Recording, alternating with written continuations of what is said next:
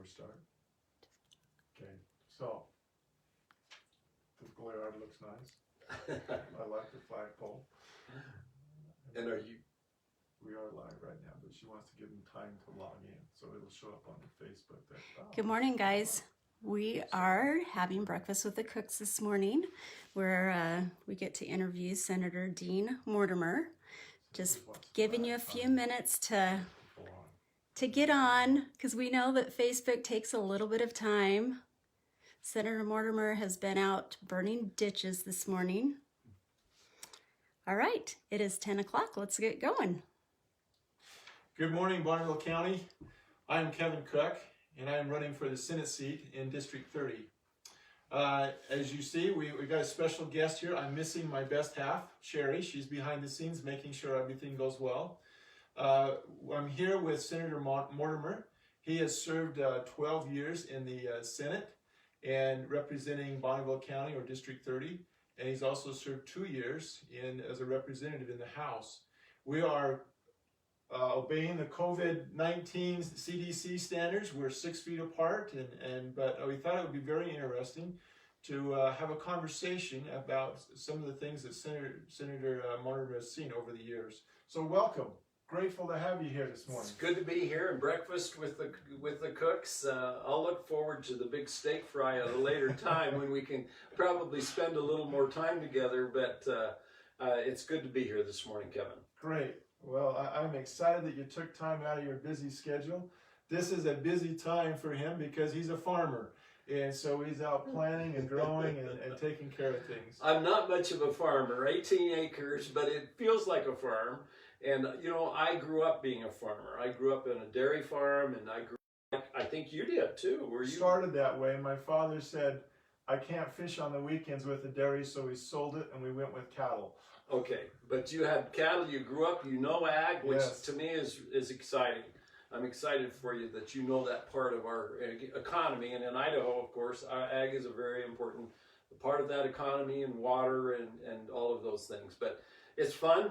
We've got good water in Idaho right now. We were out just bringing water down this morning early so that we can make everything even greener than it already is. And it's beautiful out there this morning, especially this morning. You listen to all those birds and everything. Gorgeous morning. It's wonderful to have your window open and hear those birds in the morning. It is. It's beautiful. Well, I'd like to ask you a few questions and kind of have a conversation. Tell us what went on our last session, some of the highlights that you saw that happened. It was a very unique session in a couple of ways. Number one is in the legislative session previously in 2019, we left the session with no concurrent resolution or no statute that basically continued all of the rules. And really, so we went through, in the 2020 legislative session, the one we just completed, the legislature went through all rules. Now let's just talk about how important that is for Idaho. Explain what the rules are. You got legislative laws, Right. and then you got rules. Explain that, if you would. Well, the laws that we have, basically the legislature passes, and then each of the departments or agencies goes and puts into a place a rule which says this is how we're going to implement or adopt or work through the ramifications of this law. And one of the unique things about Idaho is such a great state, and I'm excited for you to be running and looking forward to you winning. But I'm excited about the fact that Idaho is one of the few states that reviews the rules by the legislature. That's a very, very important process. And so not only does the legislature enact the legislation, of course it takes the governor's signature, right, but also the rules, each department and agency draws up those rules. They're proposed, they're temporary, proposed, and then they come to the legislature, and the legislature has to approve them. And so there's that double check by the legislature. That's huge. Great. That's good. That's good. So that's one of the big things that we talked about in the legislature. Okay. And it consumed us even clear till we came right to the very end. we were always talking about the rules and the implementation of the rules and how we were going to work with the rules. The next thing, of course, is mandatorily we have to balance the budget. Right. And that's why, basically, one of the reasons why we didn't conform to the federal tax date of July 15th, and we went with June 15th. Our fiscal year ends June 30. Okay. And so if we had gone to July 15th, there were a lot of revenues that we wouldn't have received. We wouldn't have received all those taxes, and that would have made us a huge hole in our budget for this current fiscal year, which ends June 30. So we couldn't do that. We did delay it from April 15th to June 15th. But very important that we balance our budget. Right. And that's one of those mandatory constitutional things that we do. And because of the COVID-19 and the push to get our legislative session over, that balancing of that budget was very much prominent in our mind, particularly over the last 10 days of the session. There's over 100 appropriation bills that basically just implement our, the money, provide the money for education, for transportation, corrections, all of the things that we need to do. So really need to do that. Good. Okay, so evidently we need to talk a little louder, Kevin, so just we'll keep working. All right, sounds good. Okay, so any other highlights?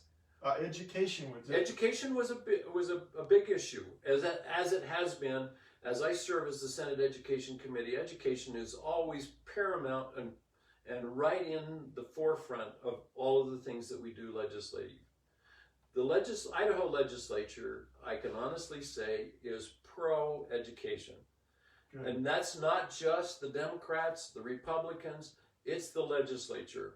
Now, a lot of people don't think that, but we recognize how important our students are, and it's a constitutional requirement that our students are educated. So that also, now, some of the key points that we did is it's actually almost 6 years ago, we had a career ladder where we could implement pay increases for our teachers. That was modified last year, and we modified it again this year. The governor brought forth some great legislation that basically put our senior teachers and all of our teachers onto a formula that will increase those and get them closer to where we have a wage that our educators can really live at. Tell me a little bit about the governor's literacy program that he's doing. The literacy program is primarily K-3. So again, I want to make sure you can hear me, but K-3 has been a focus over the education community and legislature, and a focus of mine as the education chairman as well as in the House, to make sure that our kids read by the 3rd grade. We know statistically if someone cannot read by the 3rd grade, that their chances of reading or their ability to get that quality of education that they need is diminished if they cannot read well and at grade level by the 3rd grade. Now, there's a lot of remediation efforts that go on, but we have decided to focus not only money, but time and resources and effort on K-3. There's a lot of people talking about pre-K, but right. Particularly K-3 is where I believe that focus, and the governor believes that focus should be. And so we've increased the funding for that K-3 to give the ability to have additional staff, but additional technology, and all of the things that we need in order to get more of our students to read at grade level and become good readers. We know that's a key to education. It is. It's critical. I've often talked about some of the kids that I helped read with. They were 8th graders reading at a 2nd grade level, and the odds are against them ever being able to catch up and be able to be successful. So I'm excited to hear this. Idaho has a lot of things to be proud of, and one of them is our literacy level is pretty high in comparison to national standards, but it's not high enough. And so we really need to continue to focus on that K-3 literacy, and that's what the governor and the legislature have focused on, particularly over the last 4 or 5 years. That's good. Well, let me ask you this, since COVID-19 came on board, we have had small businesses across the state shut down. They went home. We've had unemployment skyrocket. But right now, looking things are starting to open up. Things are getting exciting. And I was down on 17th Street and I saw cars backed up at a stoplight again. But looking forward to the next session, what do you see is going to happen in that? What is the focus going to be? There's going to be, I think, 2 things that we talk about significantly, and I shouldn't say we because I won't be there. Hopefully Kevin Cook will be there. But next legislative session, there are going to be 2 key things. The first thing, of course, is our economic, our budget, because I believe that there's going to be at least a 5 to 10% shortfall in revenues to our state during the next budget cycle, which is July 1st to June 30 of 20 and 21. That's the budget cycle that will start, and we recognize that a lot of things have been hurt. We know agriculture has been hurt. We know all of our restaurants, all of our private businesses, all of those things will not generate the income that they have in the past. And so there's going to be a significant shortfall in revenues. Now, the governor and the departments and agencies are anticipating some of that and putting our agencies and departments on notice that they need to cut their budgets 5% or so. But that's going to be a focus of how do you take care of the shortfall, and how does that affect all of the things that we're required to do constitutionally: corrections, highways, education. How do all of those things do that? And so that's going to be paramount. Then one of the other issues that has really come to light is in situations like we've been in, what authority should the legislature play in relationship to an executive branch? Should the executive branch be able to shut all of these things down without the legislature? And in my opinion, the legislature should be taking a very active role in situations like we have, particularly when they go for a longer period of time. Short run, executive branch should have the ability to do certain things. But the legislature is the body that is the representative of the people, and they are the ones that need to, in my opinion, have the ultimate responsibility when it comes to major economic and crises like we're in today. And I can tell you that we've been active. The governor has been very active. We were on a conference call. The Senate was on a conference call with the governor this week, expressing our concerns about wanting to get opening up, getting our businesses back together and getting functioning, and also some of the struggles that our departments and agencies are struggling with as far as unemployment and when can we get our salons opened up so that we can all get a haircut and get styled and all of those things that are so important and for us in our daily living. Right. No, it's been, we've got some friends in the restaurant business, and to see the heartache, what do they do with their employees? They treat them as family, and they realize, I can't pay you. And so what do? And so it's been a very, very difficult time for them. Anything else in this session? So those are 2 keys: the budget and also the executive decision and the legislative involved with the shutdown. Anything else that you think are key? We can come back to the big thing too. Because education is one of the priorities that I've worked on for so long. Right. Can you imagine what kind of discussions the education committees and education are going to have this next year? With the cuts? Well, not just the cuts, but how do we educate? How do we get that student in circumstances like we're in now? How do we get that student taught?